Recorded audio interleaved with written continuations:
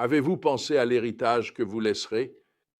De quoi les gens se souviendront-ils à propos de votre foi et de votre vie? Aujourd'hui, nous explorons les derniers chapitres de la vie de Josué et le début d'une nouvelle ère pour Israël. Ce passage offre des leçons puissantes sur la foi, l'héritage et la nécessité constante pour chaque génération de choisir Dieu par elle-même.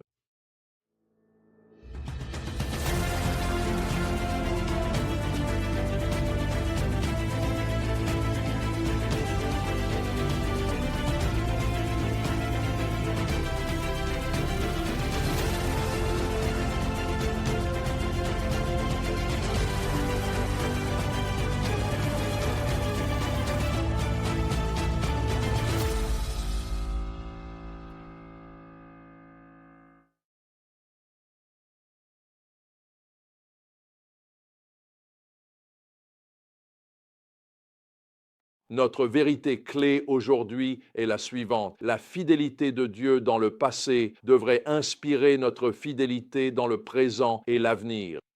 Alors que nous plongeons dans Josué chapitre 22 à 24 et Juges 2, 6 à 10, nous assistons à la fin d'une époque. Josué, le chef qui a conduit Israël vers la terre promise, approche de la fin de sa vie. Ses dernières paroles et actions forment une puissante conclusion au parcours de foi d'Israël. Commençons par le discours d'adieu de Josué dans les chapitres 23 et 24. Josué rappelle ici aux Israélites la fidélité de Dieu à travers leur histoire. Dans Josué 23, 14, il déclare « Maintenant je m'apprête à suivre la voie de toute la terre. » Vous savez de tout votre cœur et de toute votre âme qu'aucune des bonnes promesses que le Seigneur votre Dieu vous a faites n'a failli. Chaque promesse a été faite, a été accomplie. Pas un seul n'a échoué, c'est certain. Cette déclaration puissante résume un thème que nous avons vu tout au long de la Bible, depuis la création jusqu'à ce moment. Dieu est toujours fidèle à ses promesses. Josué rappelle au peuple et à nous aussi que ce souvenir de la fidélité passée de Dieu devrait inspirer notre fidélité présente et future.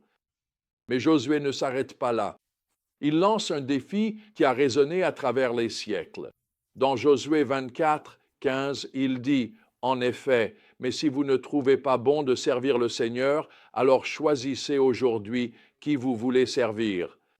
Mais pour moi et ma maison, nous servirons le Seigneur. » Et cette déclaration célèbre, en effet, nous enseigne véritablement plusieurs leçons cruciales. Premièrement, la foi exige un choix délibéré. Nous devons décider activement de suivre Dieu. Deuxièmement, nos choix affectent non seulement nous-mêmes, mais aussi nos familles et nos communautés. Troisièmement, le témoignage personnel peut être puissant. La déclaration de Josué démontre l'impact de l'engagement personnel et de l'exemple dans le leadership. J'ai partagé précédemment comment j'ai prié pour ma mère pendant 25 ans et comment Dieu a exaucé mes prières. Lorsque j'ai parlé d'abord de Jésus à ma mère, elle m'a dit « Je ne suis pas chrétienne et je ne le deviendrai jamais. Je n'ai jamais rencontré un vrai chrétien au cœur brisé. » J'ai répondu « Maman, ma chère maman, je t'aime très fort, mais tu ne pourras plus jamais dire cela. » Jésus a changé ma vie. J'ai décidé de le suivre et tu le verras. Je suis loin d'être un chrétien parfait. J'ai souvent trahi Dieu. Mais ma mère m'a observé de nombreuses années et elle a vu l'authenticité de ma marche avec Dieu. Cela lui a pris beaucoup de temps, mais elle ne pouvait plus dire qu'elle n'avait jamais rencontré un vrai chrétien. Et c'est ce que Josué disait. Je ne peux pas faire le choix à votre place, mais je peux vous dire que moi, j'ai fait mon choix. Ma famille et moi, nous allons servir le Seigneur. Personne ne pouvait le nier. Son témoignage sonnait juste, parce qu'il a résisté à l'épreuve du temps. Il y a une note sérieuse dans ce passage. Juge 2, verset 10, nous dit qu'après que toute cette génération eut été réunie auprès de ses ancêtres, une autre génération grandit, qui ne connaissait ni le Seigneur, ni ce qu'il avait fait pour Israël. Ce verset met en lumière une vérité essentielle. Chaque génération doit apprendre à connaître Dieu personnellement. Il y a un élément dans notre ADN spirituel, depuis la chute d'Adam et Ève, qui tend à nous éloigner de Dieu. Nous voyons ce schéma se répéter tout au long des Écritures et de l'histoire. C'est un rappel frappant que la foi ne s'hérite pas. Elle doit être soigneusement choisie et cultivée par chaque génération. Que peut-on apprendre de ce passage? Comment appliquer ces vérités à notre vie aujourd'hui? Premièrement, nous devons nous souvenir de la fidélité de Dieu et la raconter. Tout comme Josué rappelait aux Israélites les actes puissants de Dieu, nous devons régulièrement nous rappeler et partager comment Dieu a agi dans nos vies. Cela fortifie notre foi et encourage les autres. Deuxièmement, il faut choisir chaque jour qui nous voulons servir. Le défi lancé par Josué n'était pas une décision ponctuelle, mais un engagement quotidien. Chaque jour, nous faisons des choix qui affirment notre engagement envers Dieu ou nous en éloignent.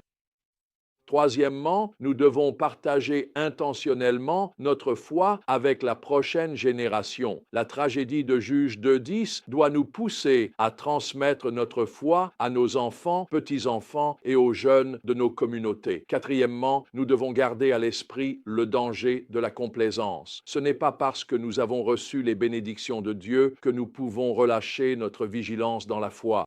Josué a mis en garde les Israélites à ce sujet. Pour conclure, je veux vous lancer un défi. Comme Josué, déclarez aujourd'hui qui vous voulez servir. Souvenez-vous, racontez la fidélité de Dieu, soyez intentionnel en transmettant votre foi à la prochaine génération et n'oubliez jamais que le Dieu qui a été fidèle envers Josué et les Israélites est le même Dieu qui vous est fidèle aujourd'hui. Vos choix comptent. Votre foi compte. Votre héritage compte. Choisissez aujourd'hui de servir le Seigneur et observez comment il agit fidèlement dans votre vie, tout comme il l'a fait pour Josué et les Israélites.